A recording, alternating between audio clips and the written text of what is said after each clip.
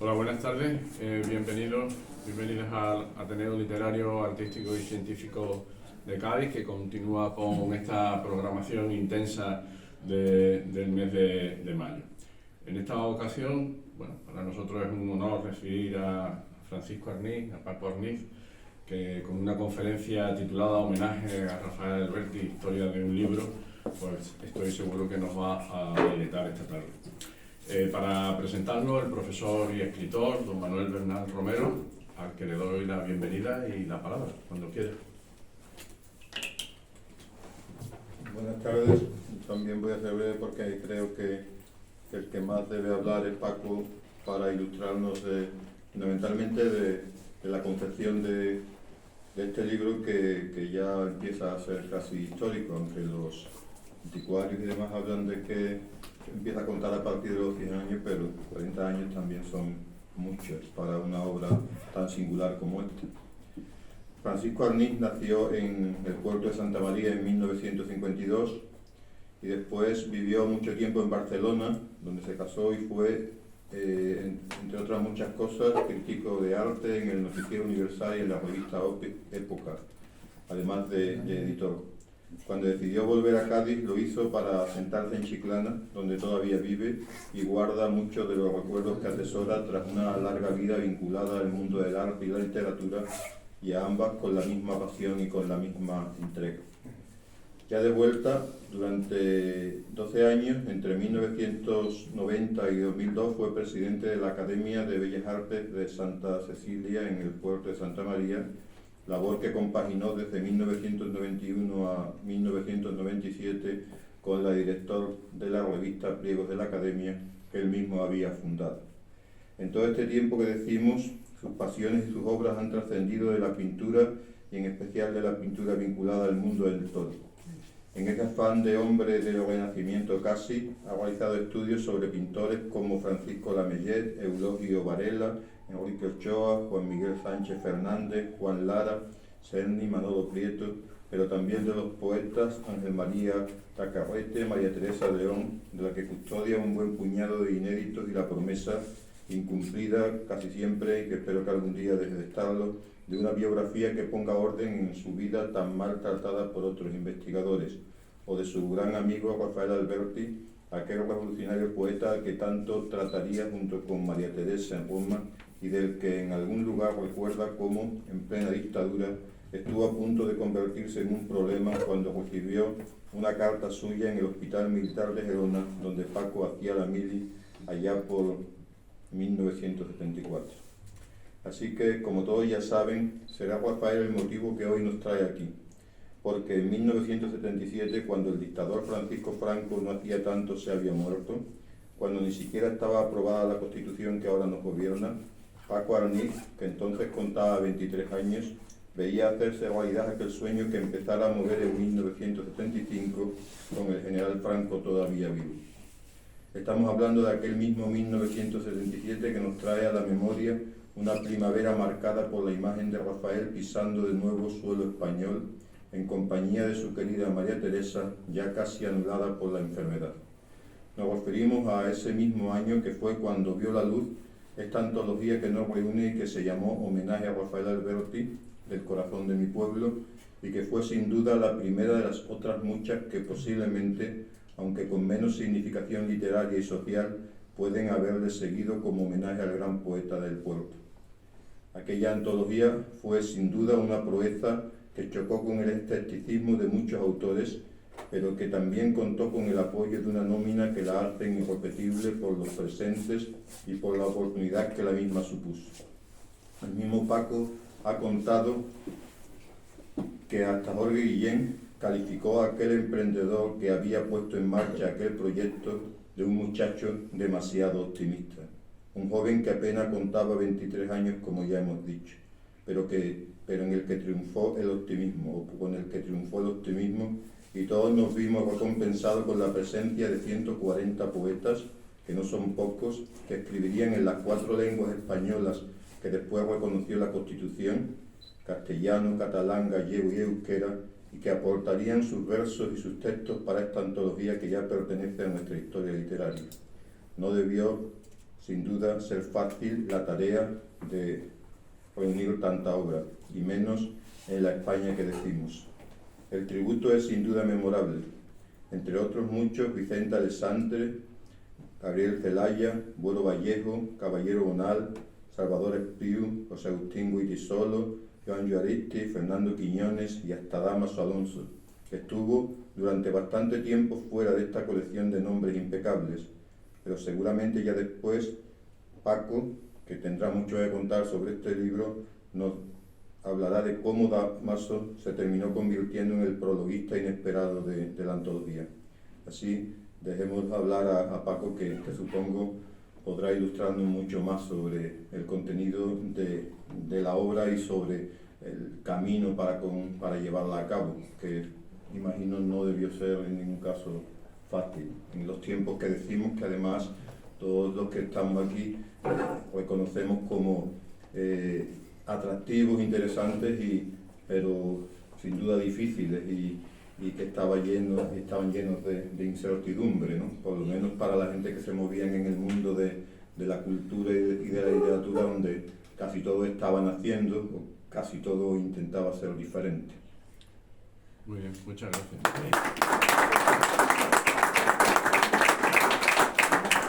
Pues nada, Paco, tuya la palabra. Pues muchas gracias por la invitación a venir aquí a esta santa casa del Ateneo Gaditano, y ya más que centenaria. Hoy ya veo que nos encontramos aquí pocas personas, pero bueno, también hay que decir que hoy han coincidido otros eventos en Cádiz, como es una conferencia que se tenía, con una mesa redonda que se tenía que haber hecho durante la exposición del Rafael Alberti pintor en Unicaja, que se clausuró el mes pasado, y la charla que se tenía que haber dado desde diciembre a abril la dan ahora, en la cual están nuestros comunes amigos Ripoll y Juan José Telles, que fue director del Centro Andaluz de las Letras. Eso por un lado. Por otro lado, hoy es el 4º aniversario de la muerte de Juan Carlos Aragón, y también creo que hay un acto homenaje en el Teatro Falla, o a las puertas del Teatro Falla, no lo sé exactamente. Quiero decir, y los tres, junto a esta cita del Ateneo, los tres eventos son a las 7 de la tarde de hoy, 17 de mayo. Quiero decir que bueno, y ya eso sin contar que a las 9 los madridistas saldrán todos corriendo para sentarse a la tele. Pero bueno, con todos esos inconvenientes vamos a intentar estar aquí un rato. Aunque Manolo ya ha anticipado ahí algunas cosas, yo estaba pensando, digo, al final me va a ahorrar la charla Manolo, pero bueno, yo sé que Manolo es muy intenso. Este libro del homenaje a Rafael Alberti, del corazón de mi pueblo, del cor del meu poble, que dicen en catalán, do corazón de meu povo, gure riaren, lo del vasco se lo dejo a la señora Romero, que es bilbaína, y este comencé yo a gestarlo en el año 75, por situarnos un poco, y aquí casi todo, yo creo que situando a mi hija y mi nieta, los demás ya sabemos lo que se vivía en aquel entonces, ¿no? Vivía el dictador, entonces lógicamente Alberti estaba exiliado, en fin, era otra España, ¿no? Parecía un poco complicado que esto se pudiera llevar a efecto, y como bien decía Manolo, que ya se lo comenté, el propio Jorge Guillén, compañero de Alberti de generación, y que entonces vivía exiliado entre las universidades de Florencia y de Estados Unidos, cuando yo le pedí el poema, yo entonces con mis osados 23 años, carteándome con estos dos señores, y entonces, porque en aquel entonces, claro, hay que tener en cuenta que no había internet, no teníamos móviles, entonces todo era a nivel epistolar. Y entonces me decía, ¿pero usted cree que va a salir un libro de homenaje a un poeta comunista? Y precisamente estábamos hablando de septiembre del 75, 2 meses antes que muriera el dictador, cuando se produjeron las últimas ejecuciones del franquismo, las del 27 de septiembre del 75. Entonces, claro, me decía, con la que está cayendo en España y usted pretendiendo hacer un homenaje a un poeta comunista, está poco menos que me dijo que loco, ¿no? Pero que conste que eso no es excusa para no enviarle mi poema, se lo voy a enviar, ojalá lo saquemos adelante. Y yo le dije, esto sale sí o sí, tampoco va a durar siempre este hombre, ¿no? Las cosas tienen que cambiar. Entonces, me costó prácticamente 2 años el conectar con 140 poetas que son los que componen esta antología. 140 poetas que además lo hice que cada cual escribiera en la lengua en la cual hacía su obra. A Espriu no le iba a pedir que lo hiciera en castellano, le dije que admitía las otras lenguas, el catalán, el gallego y el euskera. Debajo, lógicamente, va la traducción al castellano, ¿no? Las de euskera, por ejemplo, me la hizo Jon Juaristi, que por aquel entonces militaba en el Partido Comunista y actualmente ya es amigo de José María Aznar, pero bueno, eso es otra historia. Pero era la persona más cualificada para hacer las traducciones de los poemas euskera, ¿no? Otro amigo mío, Javier Aragüey, me hizo las de catalán, y luego las de gallego me las hizo Basilio Losada, que era catedrático de gallego y portugués en la Universidad de Barcelona, ¿no? Que vive actualmente, me parece que tiene 90 y pico de años. Por cierto, de los 140 poetas que componen esta antología, el otro día estuve haciendo un recuento, porque ahora les tengo puesto allí la fecha de nacimiento y fallecimiento, y de los 140 poetas me parece que quedamos vivos 30 y pocos. O sea, claro, hemos de tener en cuenta que por aquel entonces Vicente Alessandre y Jorge Guillén ya tenían 80 años, y este libro hace 46 años que salió. Da un poco de vértigo porque se da uno cuenta lo viejo que va uno siendo ya, ¿no? Es verdad que lo hice muy joven, pero 46 años también pesa, dentro de más medio siglo. Como decía antes, hubo que sacar poemas uno a uno, y a base de eso, de cartearme con los propios autores, ¿no? Y autores, algunos muy problemáticos en el sentido de muchos estaban exiliados, entonces había que conectar. Herrera Petere me mandó el poema y a los pocos días falleció en un hospital de Ginebra, ¿no? Carlos Álvarez estaba en la cárcel de Carabanchel, hubo que sacar el poema de la cárcel. Que, por cierto, de estos dos autores que acabo de citar, por ejemplo, tengo el poema autógrafo, ¿no? Igual que tengo el poema autógrafo de Vicente Alessandre, que ese año precisamente le conceden el Nobel de Literatura, ¿no? Y también quería resaltar eso, la sencillez de poetas de ese calibre o de esa envergadura como Vicente Alessandre, que después de yo solicitarle el poema y mandarme el autógrafo, a raíz de aquello, todos los años me felicitó por Navidad hasta que falleció en el 84, que a mí aquello me dejaba perplejo, ¿no?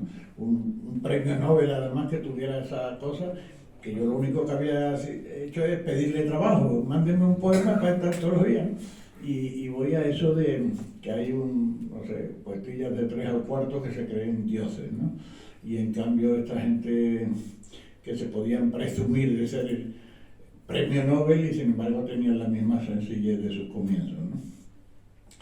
Entonces la antología, ya antes Manolo ha citado algunos, como veréis, de la generación de Rafael colaboran Jorge Guillén, que hemos citado, Vicente Alessandre, y Dámaso Alonso.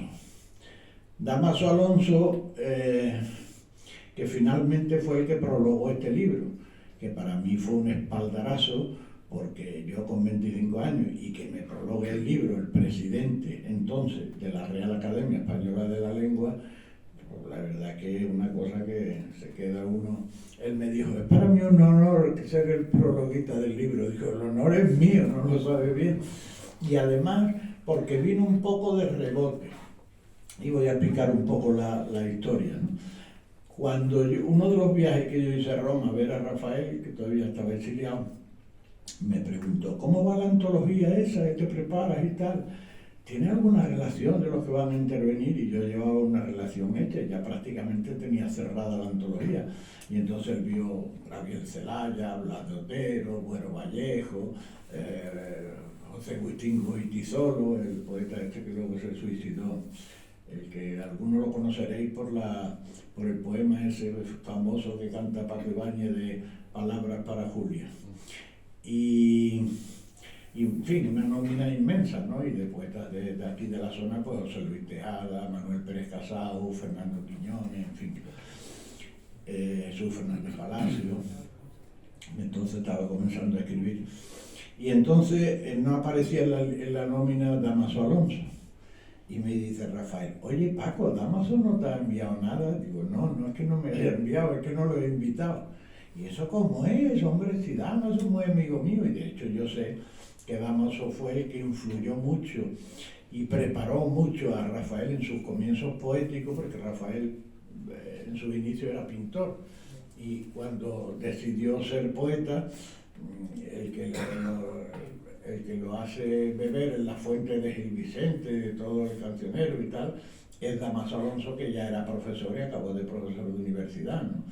Y entonces fue uno de sus primeros amigos en Madrid a partir de los comienzos de los 20, ¿no? Y entonces él se sorprendió que yo no lo había invitado. ¿Y cómo no lo has invitado a Dámaso? Y entonces se lo expliqué. Luego claro, yo acababa de leer poco antes en el Canto General de Pablo Neruda un poema que él dedica a Miguel Hernández, en el cual dice Miguel Hernández fallecido o muerto o asesinado, en fin, en las cárceles franquistas, y entonces habla luego, refiriéndose a determinados poetas que se quedaron aquí por distintas circunstancias, ¿no? Y entonces uno de los versos dice, los Dámasos y los Gerardos. A Vicente Alexandre lo excluyó. Y después habla de esos hijos de perra, no sé qué, que son cómplices del dictador y tal. Claro, yo cuando leí esto sin tener otra fuente de información de entrada dije, miau, cualquiera invita a estos dos, ¿no? Y entonces, después he podido ver la historia desde otra perspectiva y con otra calma. Y hasta el propio Rafael Alberti no le gustó para nada ese poema de Pablo Neruda y le pareció injusto, porque era lógico y fue contestado en su día por los poetas josantonianos, llamémosle entre paréntesis, Leopoldo Panero, García Nieto, una serie de poetas que estaban en el otro bando y contestaron con bastante acierto el que se había pasado Pablo Neruda en hacer aquellas afirmaciones, ¿no? Y querer implicar a estos poetas con la muerte de Hernández o de Lorca o lo que fuera, ¿no? Para nada. En el caso de Gerardo, hombre, Gerardo se queda en España por varias razones, porque era un católico empedernido, fue más una cuestión puramente yo creo religiosa, y claro, el bando nacional parece que paraba más sus devociones, ¿no?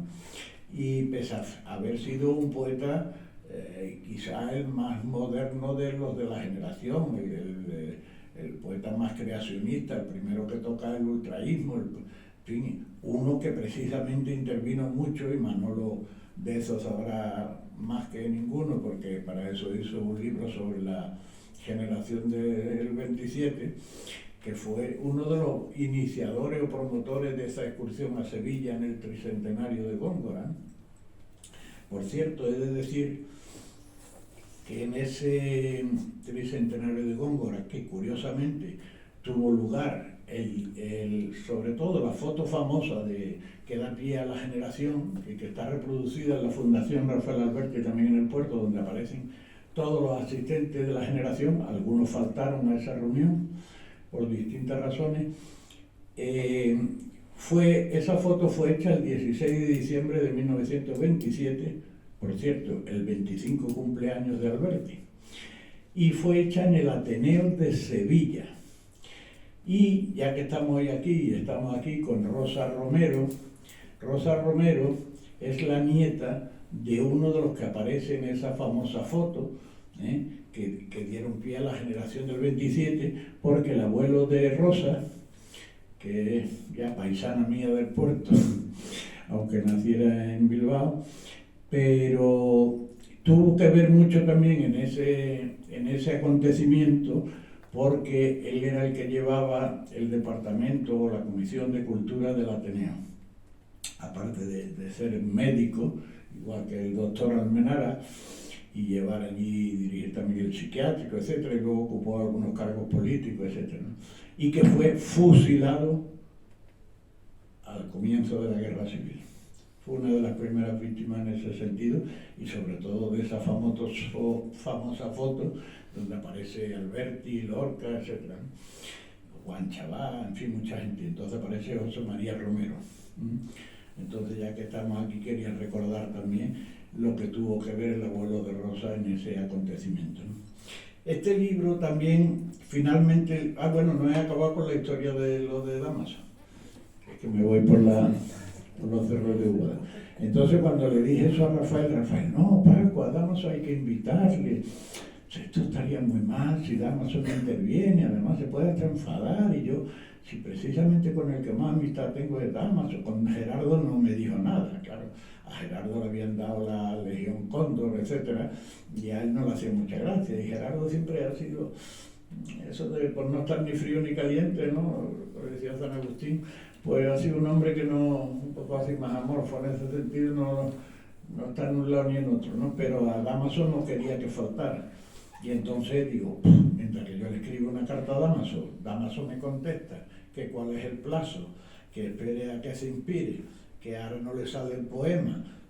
Digo, esto se me va de las manos, y yo tenía ya que cerrar en el 77 además, por varias razones. El 77 era el 50 aniversario de la generación del 97.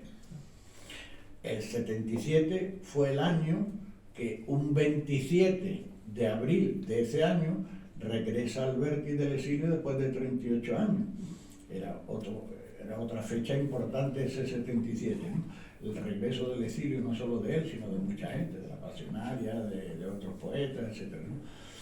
Y luego también una cifra redonda, ese año cumplía Rafael 75 años, ¿no? Y la generación, de hecho, si le ponemos la fecha del 16 de diciembre al 27, pues lo mismo, ¿no? Entonces estos tres eventos hizo que yo tuviera que cerrar aquello en el 77 y darle ya un final, porque si no se me iba a dilatar en el tiempo, ¿no? Y entonces digo, ¿cómo me pongo en contacto con Dámaso que no me dé larga y que no tenga yo que estar esperando 4 meses así con la antología acabada?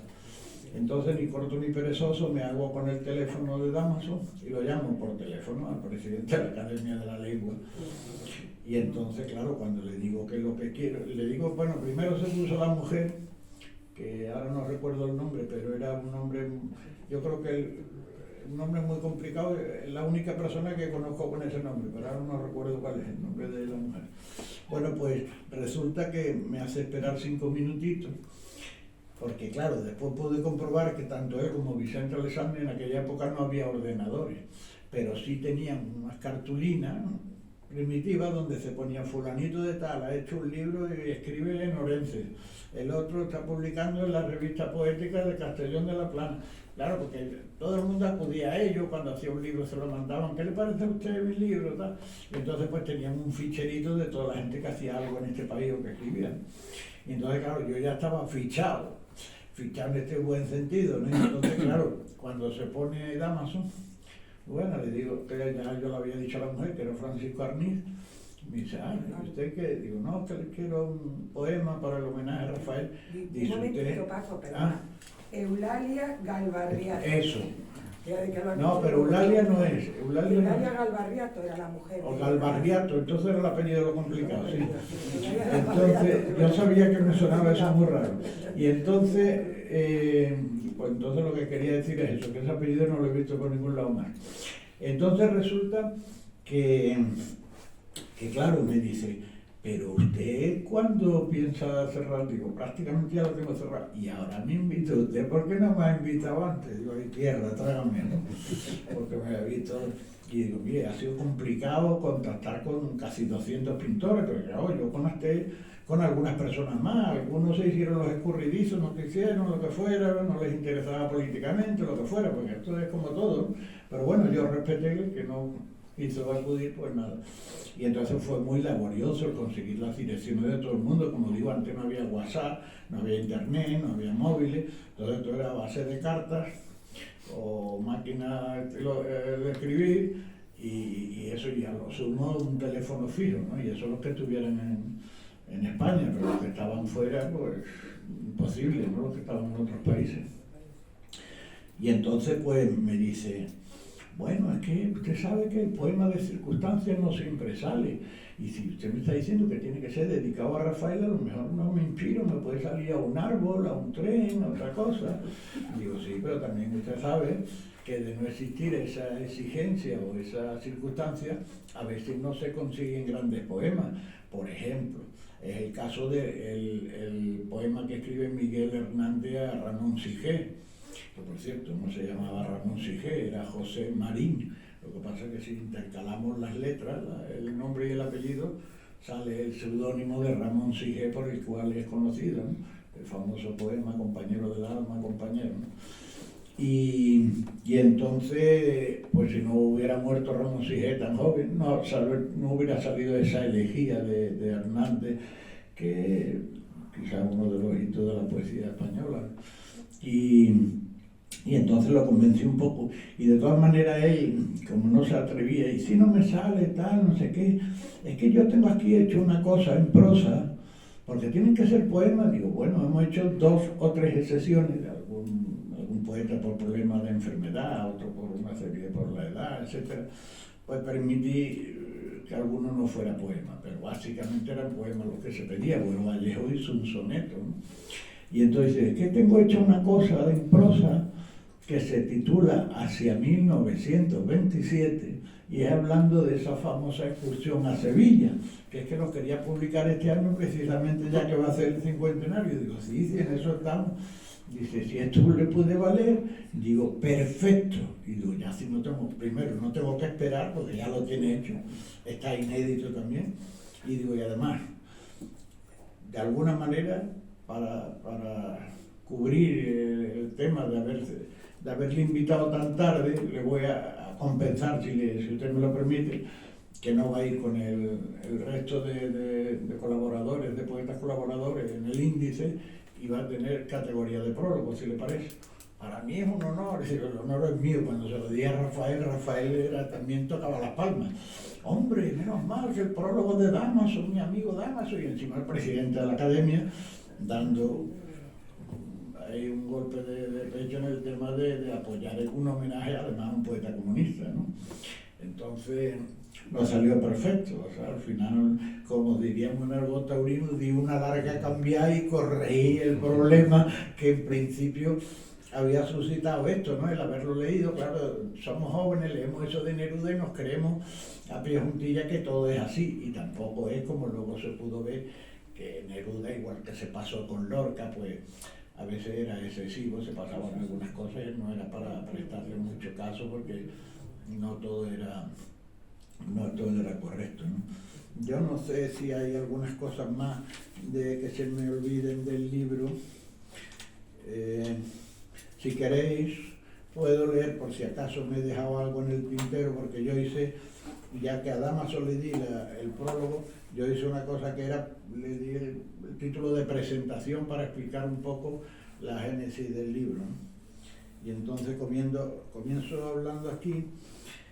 Hoy al fin es realidad este libro, merecido homenaje al máximo poeta castellano de la hora presente, Rafael Alberti, que cumple precisamente en este año de 1977 75 años, que hay una rata que ponía 65, pero eso pasa en todos los libros. Rafael, cuando lo vio, dice, podían haber puesto 25, porque se quedaba más contento. La frase esta del máximo poeta, el máximo poeta castellano de la hora presente, lo dijo Miguel Ángel Asturias, que no es un invento mío ni que yo me lo haya puesto aquí. Eso lo dijo Miguel Ángel Asturias en un artículo de La Vanguardia en el 70 cumpleaños de Rafael. La presente antología se comenzó a gestar en el verano del 75, cuando el franquismo empezaba a dar sus últimos coletazos, y en víspera del trágico mes de septiembre que ha pasado a la historia de nuestro país como el de las últimas ejecuciones de la dictadura.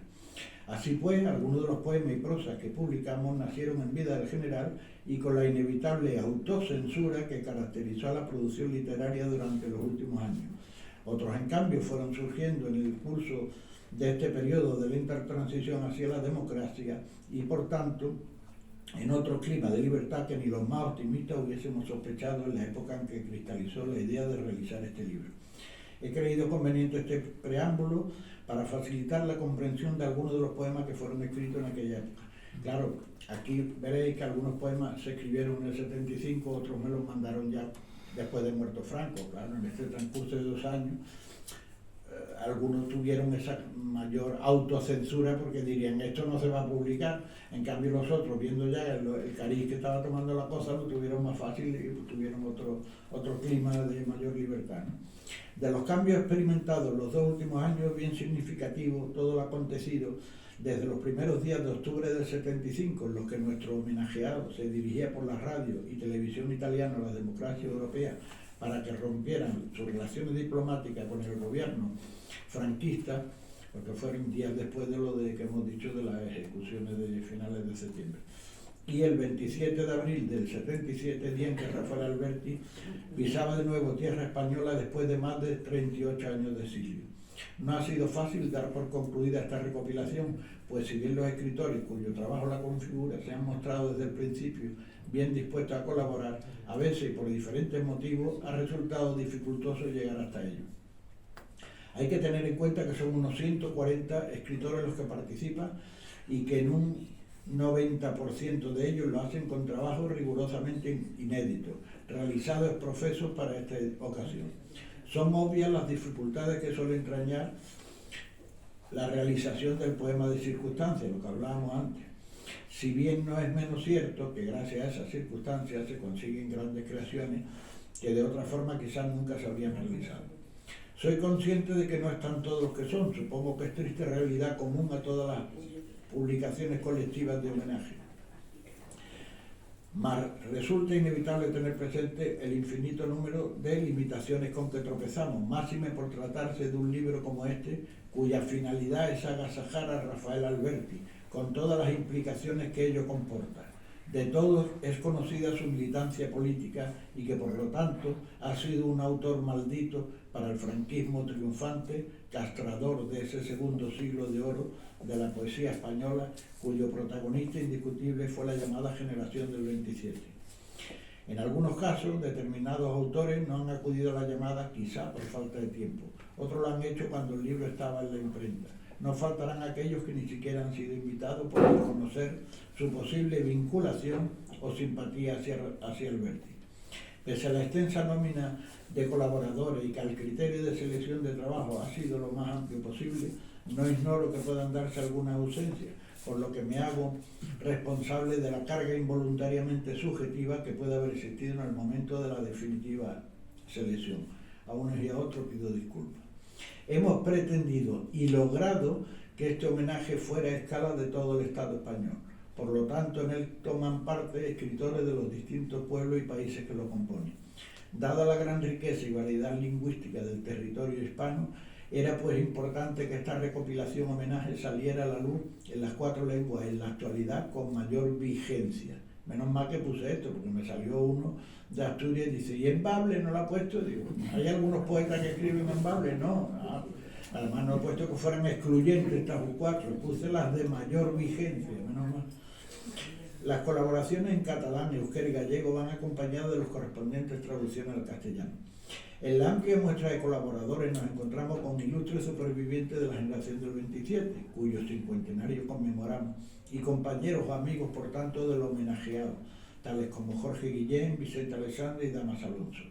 Precisamente este último nos envió unas líneas rememorando la celebración del homenaje a Góngora, con motivo del 3er centenario en 1927, y que por su interés hemos decidido situarlo fuera del orden alfabético por autores que rigen el resto del libro, asignándole, por así decirlo, una función de prólogo.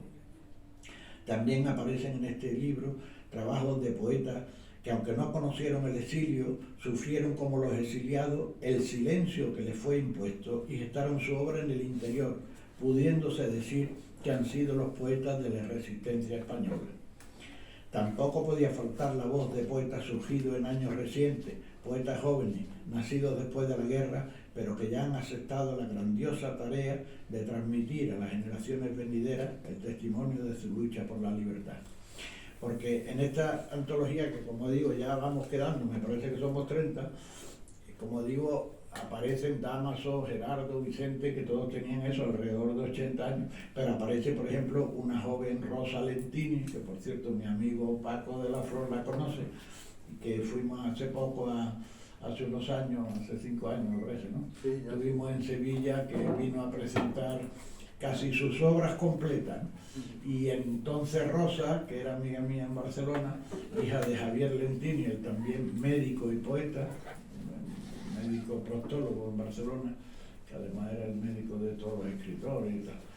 Y pues Rosa Lentini en aquel entonces tenía 20 años, ya es una ilustre poeta, traductora y además editora, que es la que lleva la editorial Igitur, que por cierto y curiosamente, aunque es nacida en Barcelona, se tuvo que exiliar de Barcelona y actualmente tiene la editorial en Castellón, pese a que editaba la mitad en catalán y la mitad en castellano.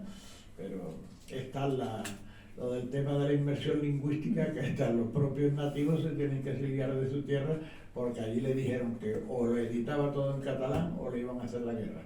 Y entonces de Barcelona se fue a Montblanc, una población de Tarragona, pero allí todavía las dificultades fueron más tremendas, que al final se fue a la frontera con Cataluña en Castellón, donde ha sido acogida y donde están editando también en catalán, pero también en castellano, claro. No, historias hay muchas.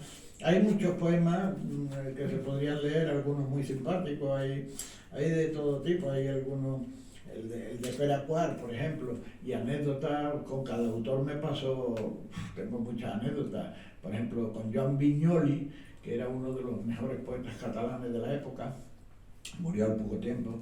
Le gustaba un poquito el agua con misterio, como se dice ahora, ¿no?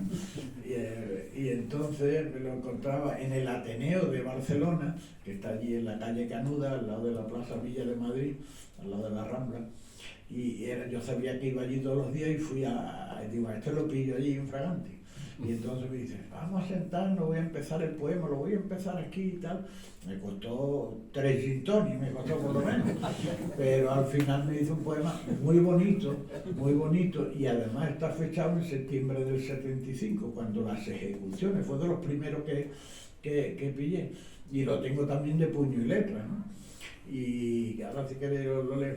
Y luego el de Pere Quart era un poeta como si fuera un Quevedo catalán, ¿no? Muy jocoso y estuvo exiliado mucho tiempo en México, en Argentina tal, y en Francia. Y después volvió a España, trabajó en la editorial Aymar y tenía ya 80 y pico de años. Entonces yo vi que él había hecho un poema en el año 70, cuando se le hizo a Rafael una exposición en el colegio el Col·legi, como le dicen en catalán, al Col·legi de Arquitectes y de Cataluña y Baleares, que está allí enfrente de la catedral, que tiene el mosaico aquel pintado por Picasso, ¿no?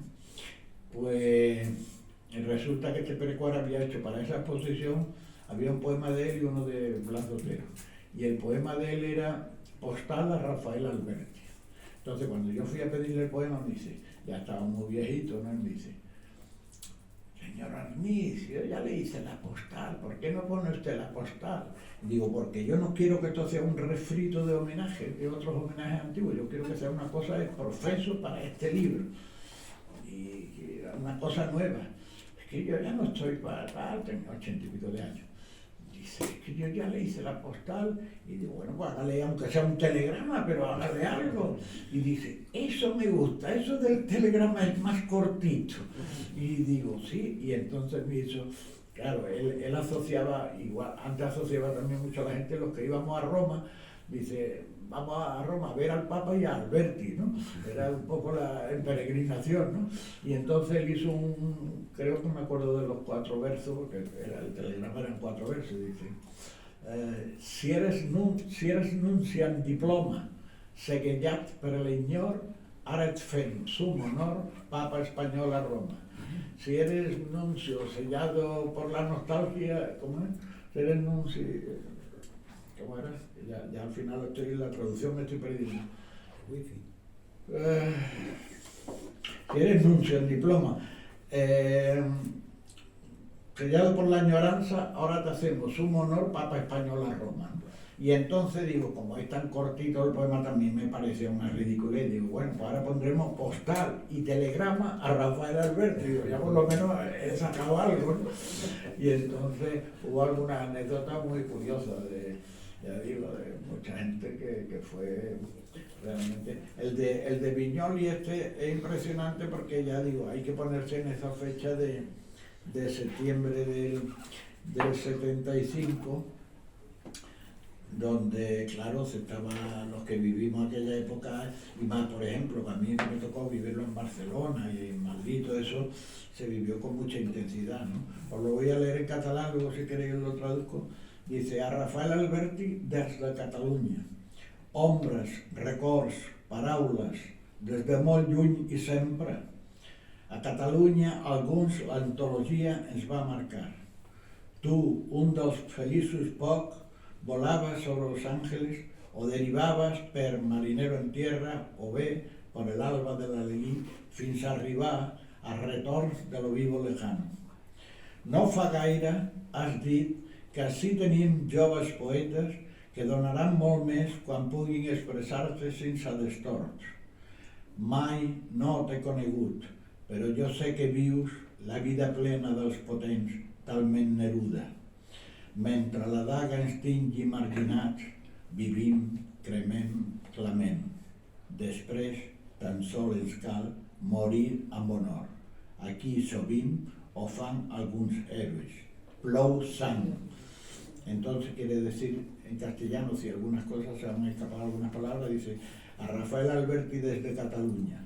Sombras, recuerdos, palabras, desde muy lejos y siempre. En Cataluña la antología nos marcó a algunos. Tú, uno de los felices pocos, volabas sobre los ángeles o derivabas por marinero en tierra o bien por el alba de la Alelí. Todos estos son libros de Rafael. Hasta llegar a retornos de lo vivo lejano. No hace mucho has dicho que aquí tenemos jóvenes poetas que darán mucho más cuando puedan expresarse sin estorbos, sin censura, ¿no? Más o menos. Nunca te he conocido, pero yo sé que vives la vida plena de los potentes como Neruda. Mientras la guadaña nos tenga marginados, vivimos, quemamos, clamamos.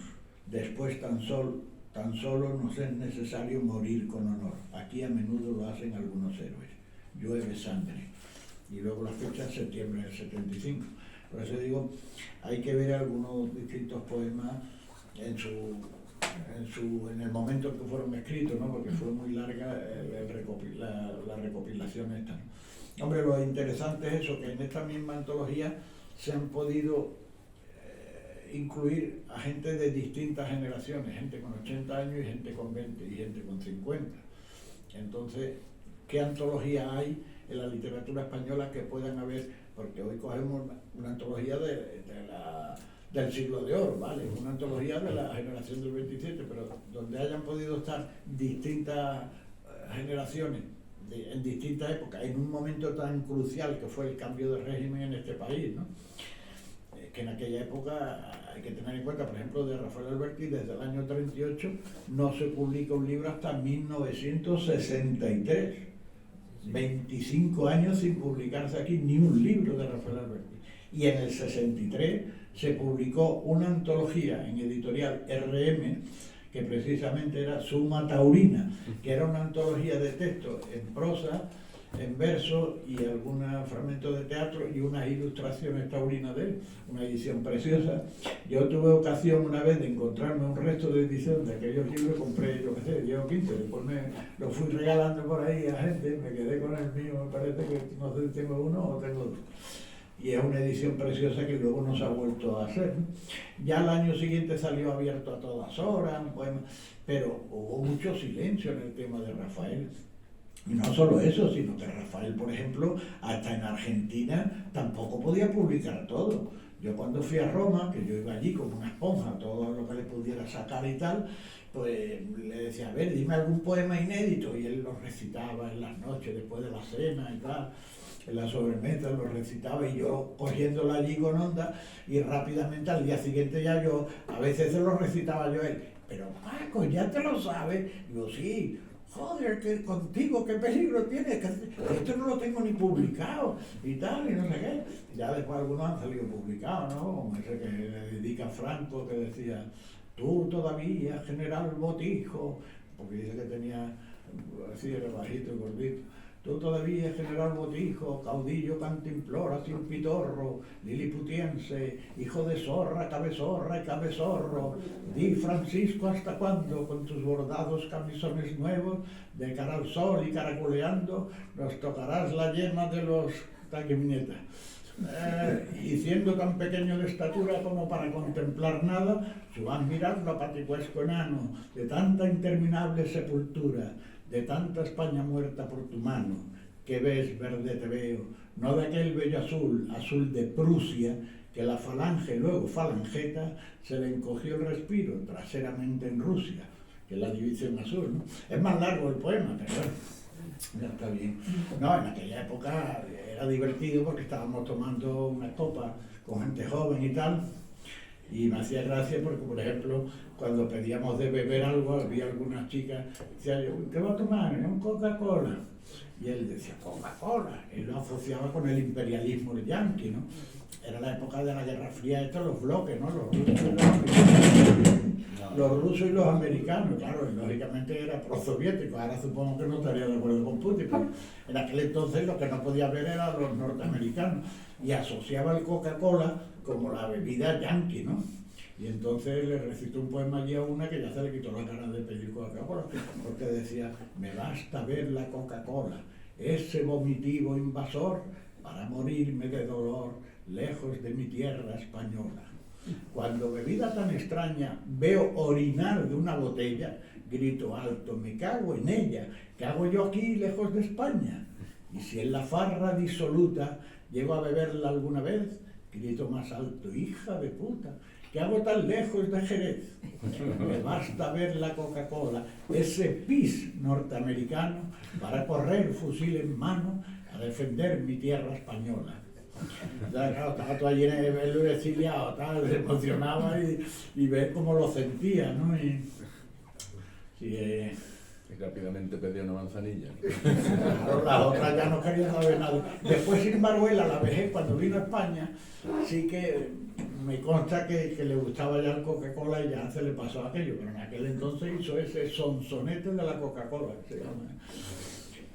No sé si me alargo, no, falta tiempo. Si acaso es que como sé que a las 9 tenéis el partido, tampoco quiero yo fastidiar. Si acaso le damos la palabra a las personas que están aquí. Por si bueno, yo antes de eso quería hacer, en honor de nuestro taurino presidente, le voy a leer un poema. Yo supongo que él conocerá, pero no sé si lo conocerá, que es un poema que dedicó Rafael a Cayetano Ordóñez, el niño de La Palma, padre de Antonio Ordóñez, y se llama Chuflillas del Niño de La Palma, aunque yo más o menos lo sé de memoria, pero bueno, lo voy a leer.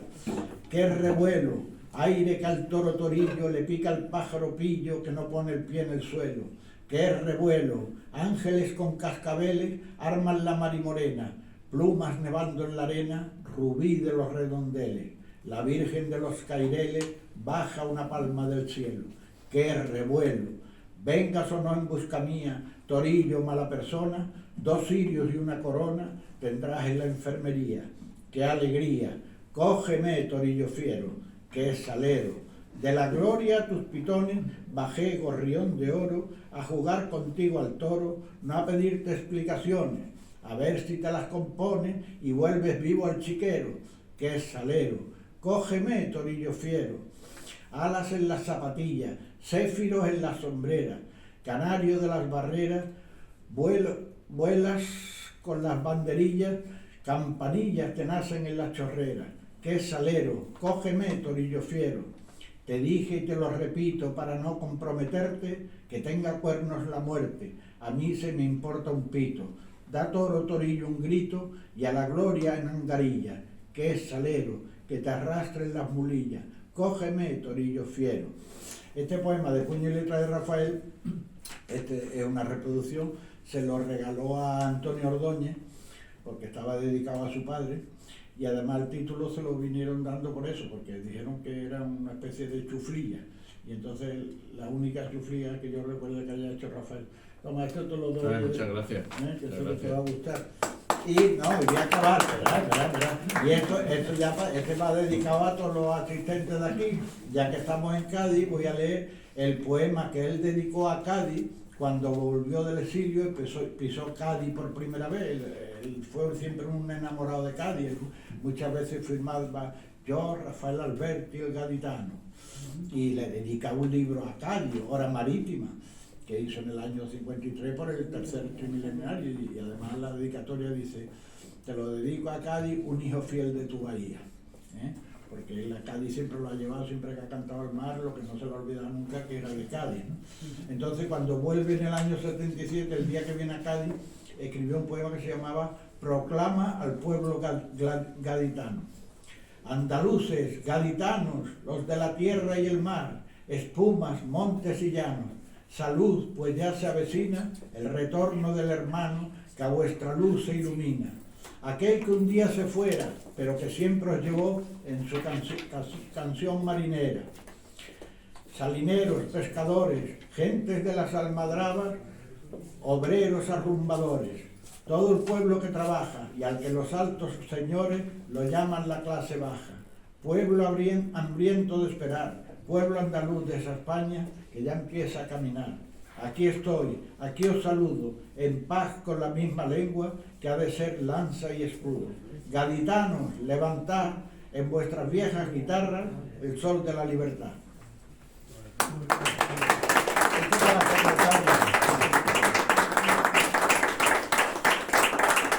Como no traía papeles, digo, traía un par de papeles, por lo menos para decir, si queréis preguntar, podéis preguntar lo que queráis, del libro, o de Alberti, o de lo que queráis. Venga, pues, si queréis hacer algún comentario. Yo quería hacer una pregunta. Muy bien.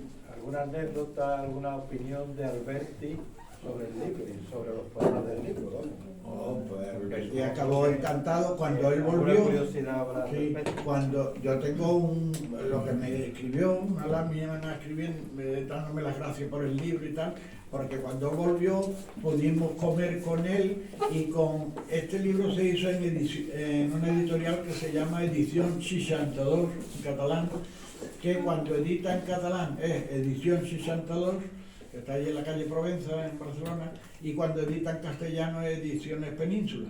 Entonces había 7 o 8 editoriales que se reunieron con una distribuidora que se llamaba Distribuciones de Enlace, con lo cual Lumen, Tusquets, Laia, Península, Fontanella, en fin, había 8 o 10 editoriales que pudieron hacer una gran distribuidora para toda España, porque claro, los costes y todas las cosas, la distribución salía mejor. Y entonces se hizo esta colección colectiva que llegó prácticamente a los 1000 números. Entonces durante un mes sacaba una editorial un libro, otro. Paralelamente a este que yo hice, hubo otro que hizo Aurora de Albornoz y Elena de Andrés, lo hicieron en comandita las dos, dedicado a Neruda, porque se había producido el golpe de Pinochet en el 73, y entonces ellas hicieron un libro, una antología parecida a la mía, más o menos, tenía un cierto paralelismo, que se llamó Con Chile en el corazón, parafraseando el libro de Pablo que hizo, que se llamaba España en el corazón. Un poco. Lo que me preguntaba, pues Alberti quedó muy satisfecho por eso, porque es que, hombre, tú ten en cuenta eso, el Bueno Vallejo mismo, que era un dramaturgo de mucho prestigio, o Goytisolo, Caballero Bonal, Craviel Celaya, los de la poesía social, Blas de Otero, poetas vascos, Espriu en Cataluña, pero es que en realidad de grandes figuras no faltaba ahí nadie, ¿no? Quiero decir, yo no conozco otra antología donde se hayan reunido tanta gente de tal. Ya te digo, muchos de los que hay aquí, por ejemplo, el otro día, muchas veces que he mirado los premios Cervantes, pues el último es Joan Margarit, que ahora firmaba Joan Margarit, cuando me hizo la antología era Juan Margarit, después ya se puso el nombre en catalán, ¿no? El Joan Margarit, el penúltimo premio Cervantes, pues aquí está. Y se habla de otro, John Juaristi, el que ha sido director del Instituto Cervantes y de la Biblioteca Nacional. Hay un poema de John Juaristi aquí, y fue el que me hizo las traducciones en euskera. Quiero decir que ahora que lo ves con esa perspectiva de esos años, que vamos a cumplir ya medio siglo del libro, O sea que son 46 años ya. A ver si llego yo. Pero bueno. ¿Qué más queréis saber de Alberti? ¿Qué más queréis conocer o saber? Yo a Alberti lo conocí en el 1963 en la Argentina. Claro, fue el año que volví en la avenida de España, en una cafetería, no me acuerdo ahora cómo se llamaba, está enfrente del monumento. Fue el año que volvieron para Italia. Siendo los dos de Cádiz, nos conocemos una Argentina. Bueno, allí había uno del puerto, estaba allí en Cádiz, uno que era homosexual y tal, muy conocido, un tal Vaca, y ese vivió allí, además protegido de allí de la familia y tal, y era del puerto, de la familia Vaca, y allí coincidían gente. Eso pasó igual que con Maruja Mayo, que fue una novia que tuvo Rafael antes que María Teresa, un periodo que en la biografía de Alberti ese capítulo ha sido un poco, yo creo que María Teresa hizo así y corrió un tupido velo y prácticamente no se habla, pero hubo 4 o 5 años de relación con Maruja Mayo, que con posterioridad tuvo también algún rollo, affair, como le queramos llamar, con Miguel Hernández. Y con posterioridad también, cuando se exilia, también con Pablo Neruda, que tampoco se ha dicho mucho. Y además prácticamente iba persiguiendo a Rafael, porque Rafael, cuando marchan a París, detrás va Maruja Mayo. Rafael va con María Teresa, becado para estudiar el teatro europeo y tal, y ella se busca un asunto y se va para París. Cuando se exilia en Argentina ya se podía venir a México, y Maruja Mayo va a Argentina. Se van a Punta del Este, Uruguay y tal, allí está Maruja Mayo. Por cierto, hay que decir, Maruja Mayo me parece una pintora tan fabulosa como puede hacer Salvador Dalí, y sin embargo no ha sido tan valorada, pero para mí de tal importancia como el propio Salvador Dalí.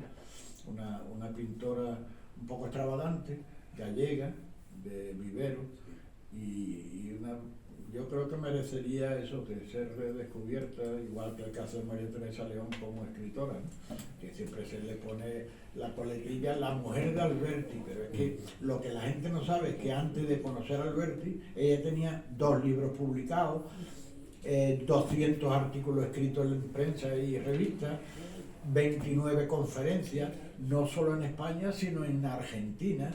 Había fundado 2 revistas, entonces conoce luego a Rafael, pero ella ya incluso hay una prehistoria como escritora de María Teresa León, que no se hizo escritora por conocer a Alberti ni es conocida, y luego tiene una gran obra, y ha escrito novelas, ha escrito teatro, ha escrito cuentos, ha escrito cine, ha sido memorialista. El libro de memoria de ella es considerado quizá el mejor libro de memoria del siglo pasado, de Memoria de la Melancolía, ¿no? Y eso que fue una mujer que siempre puso toda su obra a expensas de que se publicara primero la de Rafael. Cuando a ella le pedían una obra enlosada, lo que sea, es que ahí hay un libro de Rafael, cuando publique Rafael yo te daré una de las cosas mías y tal, pero primero siempre potenciando la obra de él, ¿no? Ella quiso ser la cola del cometa, ¿no? ¿Alguna otra cuestión? Paco, ¿Diego? Paco. Vamos. Venga. Yo ponerte otra vez en el compromiso de preguntarte por la obra de María Teresa. Ya que aquí ha pegado el tirito ya Manolo diciendo que cuando lo voy a sacar. La verdad es que vino la pandemia, vino todo. Es que se han reunido muchas cosas. Me divorcié de la pandemia, Ucrania, es que todos son desastres. ¿Quieres acabarlo algún día o no? Lo tengo parado en el ordenador, prácticamente está completa. Sería cuestión de darle unos cuantos toques más y tal, pero básicamente lo que es la información, porque he conseguido grandes cosas que yo creo que no sabía ni la propia familia, ¿no? Y la verdad de eso estoy orgulloso, porque además me lo he pasado muy bien consiguiendo cosas que no me esperaba yo conseguir, ¿no? No sé, por decirte, tengo los 100 folios del expediente del divorcio, que la gente no sabe ni que se llegó a divorciar del primer marido, ni que se llegó a casar con Rafael. La gente piensa, como eran republicanos, se juntaron. No, señor. Hay una partida de matrimonio del 5 de octubre de 1933 que se casan en el juzgado de Palacio en Madrid. Que no se pudieron casar antes porque la República llega a España el 14 de abril del 31. la ley del divorcio se hace entre enero del 32 y febrero, entre enero y febrero del 32. Pero claro, el divorcio exigía todo un procedimiento. Por ejemplo, entre las condiciones que se exigía es que había que llevar 3 años separados para que se diera el divorcio, o sea, viviendo físicamente alejados, viviendo tal, poner una serie de razones. Y aunque fue una ley del divorcio, y era la primera que había y tal, aún así seguía protegiendo al marido, los niños le quedaban al marido, cual fuera la causa del divorcio, ¿no? Por eso los 2 hijos de María Teresa de su primer matrimonio se quedan con él. Entonces a ella de entrada le quitan los hijos, después le quitaron la patria, después al final le quitaron hasta la memoria. Fue una mujer de una fortuna realmente, vamos, que hubiera merecido cuando volvió del exilio haber gozado como gozó Rafael de la gloria, el recibimiento, no sé qué, y la pobre ya vino y a veces tenía laguna, a veces se acordaba de algo, pero no estaba ya en su pleno juicio, ¿no? Fue una pena porque una mujer y además una enamorada de España, una luchadora, y que Rafael no hubiera sido el mismo de no haber tenido María Teresa al lado, eso que duda cabe. No habría sido ni... Aparte de que era una mujer de entrada mucho más culta que Rafael. Rafael no acabó ni el bachillerato elemental. En cambio María Teresa había estado ya en el extranjero, con su primer marido estuvo 1 año en Buenos Aires, hablaba francés, tenía una educación más exquisita, tocaba el piano, etcétera. Estaba emparentada, aunque algún biógrafo dice por ahí que era prima carnal de María Goyri, era prima tercera, pero bueno, paraba algunas veces en casa de María Goyri y de Ramón Menéndez Pidal, que fue también presidente de la Real Academia Española de la Lengua. Entonces vivió en un mundo con una base cultural y tal, y viajera, ¿no? Por ejemplo, Rafael primero no había salido de aquí, después no había salido de Madrid. Cuando conoce a María Teresa es la que se lo lleva, porque además, huyendo de que detrás estaba persiguiendo los Maruja Mayo, dice, mira, nos vamos a las Baleares, nos vamos a Mallorca, y entonces se quitan de en medio.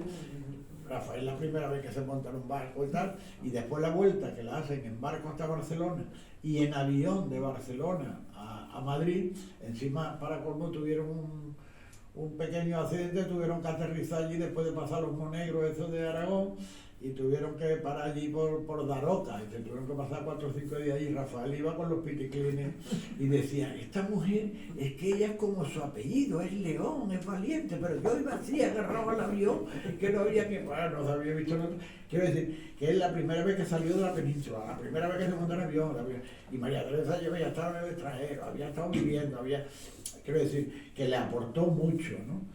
Y yo creo que ya digo, y después aparte de eso, que duda cabe que encima era la intendente de la casa, porque ella aparte de tener una obra creativa, ella era la que trabajaba por la radio y televisión argentina, y era la que ganaba allí un premio de cine y tal, y era la que llevaba los garbanzos todos los días a casa, porque Rafael hacía un poema cada 2 meses, y entonces cada 2 años editaba un libro, pero para un libro Lozada daba 2.000 pesetas o en pesos o lo que fuera, ¿no?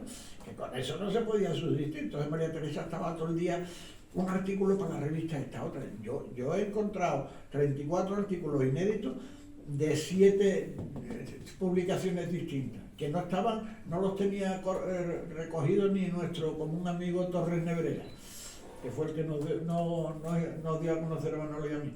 Y eso que Torres Nebrera es rigurosísimo, pero van apareciendo cosas que es increíble. Nunca sabes tú cuál es el final de esta mujer, que no paraba. Lo que pasa es que no se han recogido todas estas cosas. Ahí está dilatado en una editorial, que los mandé los 34 artículos estos, pero ni se han publicado. Por eso que eso también te da una cierta desgana de que como tú que el otro está parado por problemas de derecho de autor y tal, que con la hija no hubiera habido problema, pero ahora la nieta es un desastre y la hija ha delegado en la nieta para que lleve las cosas de la madre. Y ahí han cambiado mucho las cuestiones editoriales. Antes hacíamos unos tirajes relativamente largos para abaratar el coste unitario de los libros. Ahora ya con los nuevos procedimientos de fotomecánicos y eso, se puede editar un libro 200 ejemplares y pasado mañana edita otros 200 y te sale el mismo precio unitario que si editaras 3.000, antiguamente no. Entonces, y claro, la nieta piensa que hay que hacer aquí un tiraje como si fuera un bestseller, y a los editores no están dispuestos a gastar hasta que no ven que está el libro vendido, el libro fuera. En fin, que todo está complicado, Manolo lo sabe, que está continuamente publicando libros, porque Manolo además saca los libros de 2 en 2, igual que los niños, porque tiene 2 niños y 2 niñas, este todo lo hace a pares. Me cago en la leche, y los libros está haciendo lo mismo. Yo cuando me toca presentarle los libros hablo de eso, digo, este lo saca todo por collera, como los palomos. Y es verdad, porque te que ha sacado un libro y ya viene otro detrás, dijo. Diego tenía... Sí, hay un momento mágico, me lo he recordado antes, yo estaba acordando de García Lorca, cuando estaba recitando estupendamente, magníficamente a Alberti, estaba acordando de él, uno y otro, como yo decía, los primos. Hay un momento mágico que es cuando llega a Granada, cuando entra por fin en Granada, por la Puerta de Elvira, en el 80 y tal. Después de volver del exilio. Yo no sé si estaba por allí, porque la pregunta es, él se relaciona con muchos jóvenes, ¿no? Con Luis García Montero. Esos han sido posteriores a mí. Ellos sí, los jóvenes sí, pero si estabas tú por allí en esa época, ¿no? Yo no estaba en Granada, ¿no? Estaba Javier García, Sabina, toda esta gente. Sí, todo ese grupo es posterior. Claro, a este grupo le llama María Asunción Mateo, la actual viuda de Rafael, que en un principio no iba a venir al acto, pero como está ahora ya con su memoria, tampoco la he querido poner en el compromiso y tal, ¿no? Y lo he dejado de momento ya para otra ocasión, porque el otro día me tuvo 2 horas al teléfono. Pero María Asunción le llama a este grupo los viudos. Luis García Montero, Luis Muñoz, Benjamín Prado, toda la payota.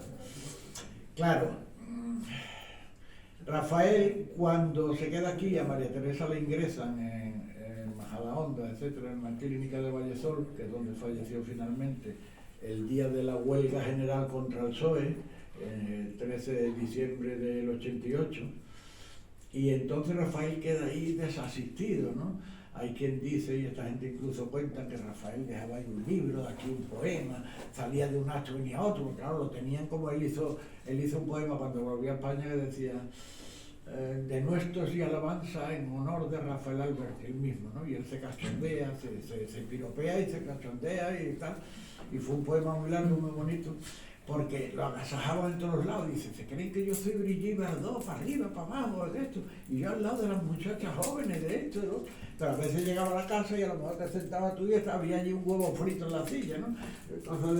Entonces estaba así tan abandonado, porque la hija en aquel entonces, que estaba viviendo una vida sentimental un poco complicada, tenía muchas parejas, Aitana, pues resulta que en aquel entonces decidió, cuando volvieron del exilio, ella se fue a Canadá. Entonces, María Teresa ingresada, Rafael con 80 y pico de años aquí. Pues entonces, yo ya con él estaba distanciándome, porque él además hubo ahí una cosa, que él se pelea con la hija, con Aitana. Y entonces él asocia que los que éramos amigos de Aitana, y yo era amigo de Aitana desde el año 73, yo conocí a Aitana antes que a él, y he mantenido y sigo manteniendo después de prácticamente de 50 años, ya se van a cumplir, de 50 años, sigo manteniendo mucha amistad. Hasta el punto, yo tengo una hija mayor que mi hija Miriam es la segunda, mi hija mayor tiene por nombre Aitana, y nació en el 76.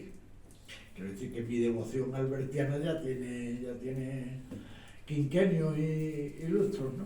Entonces, cuando nace mi hija Aitana en el 76, me manda un cuadro a través de su hija Aitana, porque la hija de Rafael y María Teresa se llama Aitana, me manda un cuadro de unos delfines y una paloma y tal, y pone para Aitana Arniz con un beso de su tío Rafael Alberti. Porque no era aquello de que había una... No sé si sabéis el significado, el por qué le pone Aitana a su hija. Hay alguna gente que no lo conoce. María Teresa, como hemos dicho, que era una enamorada de España, cuando marchan hacia el exilio, que eso fue el 6 de marzo del 39, ya los últimos extractores, prácticamente se va, me parece que fue un día después o un día antes que Dolores Ibarro y la Pasionaria, y salen por la costa alicantina, Monóvar, Elda, toda esa parte. Y entonces cuando marchan en una especie de avioneta, un poco parecido al dragón Rappi ese que empleó Franco para venir de África a España, o una cosa así, que eran los avionetas que había por los años 30, eso, ¿no? Y entonces cuando van marchando rumbo a Orán, que donde iban eran rumbo a Orán, María Teresa se queda mirando el horizonte y el mar que iba sepultando la tierra española, ¿no? Hasta que llega un momento que solo queda un puntito de tierra española y dice María Teresa, ¿qué punto es ese? Y le dice el piloto, eso es la Sierra de Aitana, en Alicante. Y ella, cuando le habían dicho que no iba a tener más hijos, porque ya tenía 38 años y pico, y además no había venido muy bien el parto, tal, van a Buenos Aires y queda embarazada y nace una niña. Dice, ¿qué nombre le pongo? Aitana, porque fue el último punto de tierra española que vieron mis ojos antes de partir y que no sé si volveré a ver, ¿no? Con esa cosa. Y entonces, de nombre Aitana, en aquel entonces no había prácticamente Aitanas en España. Después vino la Aitana Sánchez Gijón, que es ahijada también de Aitana Alberti, porque el padre era del Partido Comunista y éramos amigos de Rafael y eso. Y ya yo creo que la segunda es la mía. Y ya después así, después hay una cantante ahora hay muchas aitanas. Pero viene todo de ahí, que no hay ninguna virgen nazi, no es la sierra que hay, en la costa alicantina, que es donde marcharon hacia el exilio, ¿no? Y que es una cosa simbólica, pero también me impactó y me dejó, y aparte el nombre era bonito, ¿no? Sí, sí. Muy bien. ¿Alguna otra cuestión? Pues nada, cerramos el acto. Muchas gracias, Paco. Ya sabes que tenéis vuestra casa aquí. Cuando quiera, otro día hablaré de María Teresa si quieres. Vale, pues perfecto. Pues muchas gracias.